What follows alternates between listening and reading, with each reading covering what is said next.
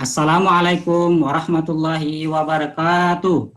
Waalaikumsalam warahmatullahi wabarakatuh. Warahmatullahi wabarakatuh. Selamat siang semuanya. Siang, Pak. Kita belajar absen ya, jangan lupa diisi absennya. Absennya sudah kita kirimkan. Kita mulai, silakan ketua kelas untuk memimpin doa supaya berkah ya pelajaran kita hari ini. Silakan. Baik, teman-teman. Jadi kita mulai pembelajaran ini dengan berdoa menurut agama dan kepercayaan kita masing-masing. Berdoa dipersilakan. Berdoa selesai. Ya, terima kasih. Jadi kita jangan lupa selalu bersyukur ya, karena semua aktivitas, semua kegiatan yang kita lakukan sehari-hari itu tidak lepas dari izin dari Allah Subhanahu wa taala. Oh ya, jangan lupa karena sekarang di masa pandemi ya, jangan lupa untuk menjaga protokol kesehatan seperti yang digalakkan 3M itu ya. Baik, kita mulai pelajaran kita. Ini ya, pelajaran kita hari ini adalah tentang posisi garis terhadap sumbu X dan sumbu Y. Jadi ini adalah penerapan dalam kehidupan sehari-hari tentang koordinat kartesis ini. Yang pertama, memudahkan kita dalam mencari suatu lokasi atau tempat ataupun suatu wilayah. Misalkan denah.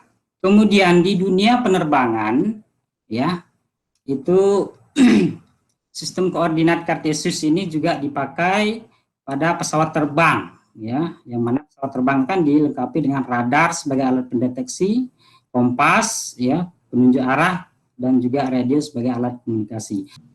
Nah, ini materi sebelumnya ya, diingatkan saya kembali untuk menemukan koordinat ya, pada koordinat kartesius menentukan posisi titik.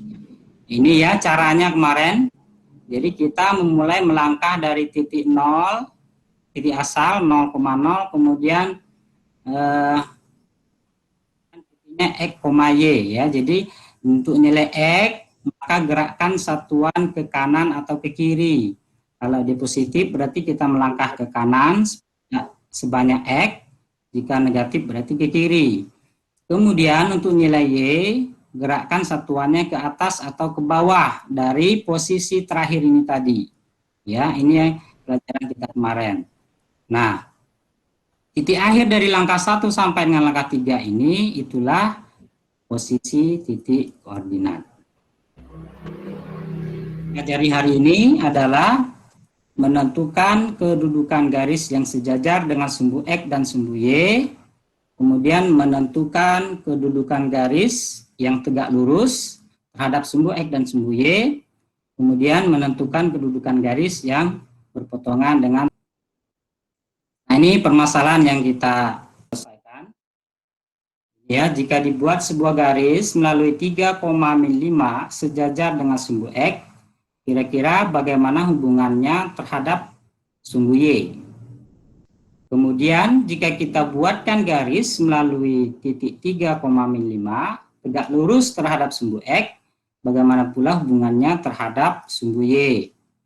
Kemudian jika dibuatkan garis melalui titik tadi 3,5 berpotongan dengan sumbu X, bagaimana hubungannya terhadap sumbu Y?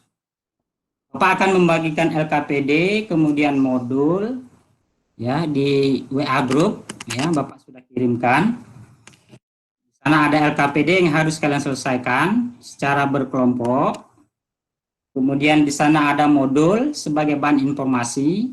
Nanti silakan kerjakan LKPD-nya. Jika yang tidak dipahami bisa membaca modul. Kemudian juga video pembelajaran Bapak kirimkan di sana. Ya, jadi sekarang kalian mengisi LKPD ya.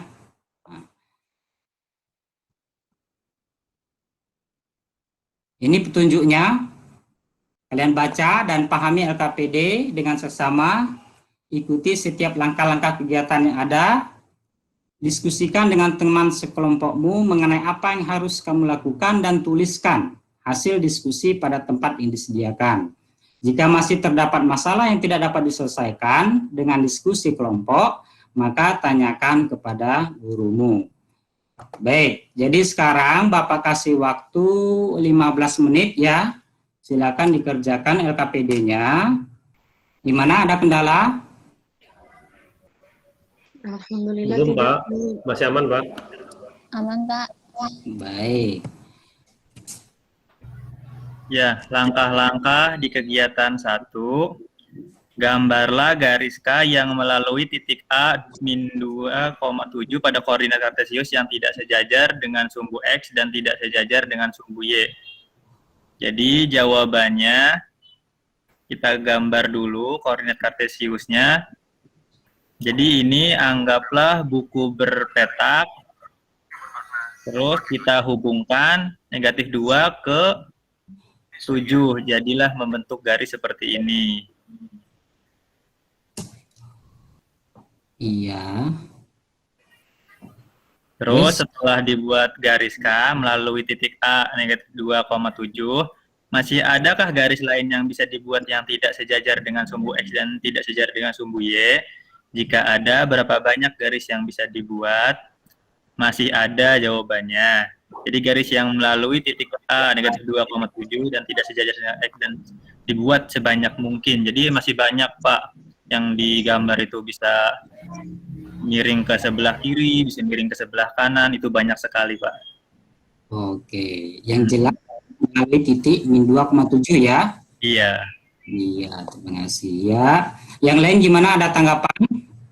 Apakah mau menyanggah ini? Ada kata kelompoknya Aditya tadi masih bisa dibuat sebanyak mungkin. Kira-kira yang lain gimana? Sama, Pak. Iya, sama. Nah, terima kasih kelompok 1, itu hasil yang diperoleh dari diskusi kelompoknya. Kesimpulannya, yang pertama, jika suatu garis sejajar dengan sumbu X, maka garis tersebut tegak lurus dengan sumbu Y. Demikian sebaliknya, jika suatu garis sejajar dengan sumbu Y, maka garis tersebut tegak lurus dengan sumbu X. Kemudian yang kedua, jika suatu garis tegak lurus dengan sumbu X, maka garis tersebut sejajar dengan sumbu Y. Demikian juga sebaliknya, jika suatu garis tegak lurus dengan sumbu Y, maka garis tersebut sejajar dengan sumbu X.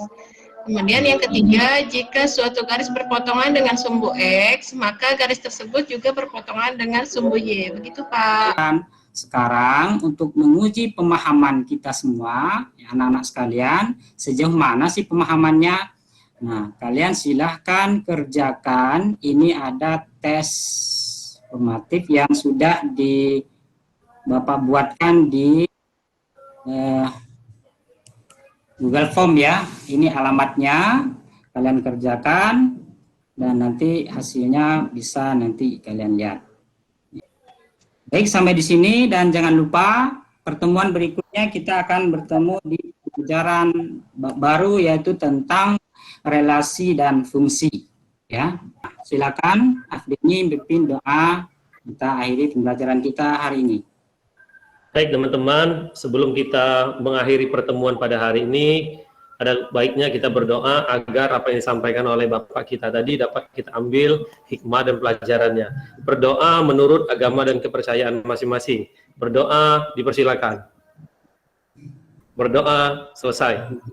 Mohon maaf ada kekurangan. Saya tutup. Assalamualaikum warahmatullahi wabarakatuh. Waalaikumsalam. Terima kasih, Pak. Terima kasih, Pak.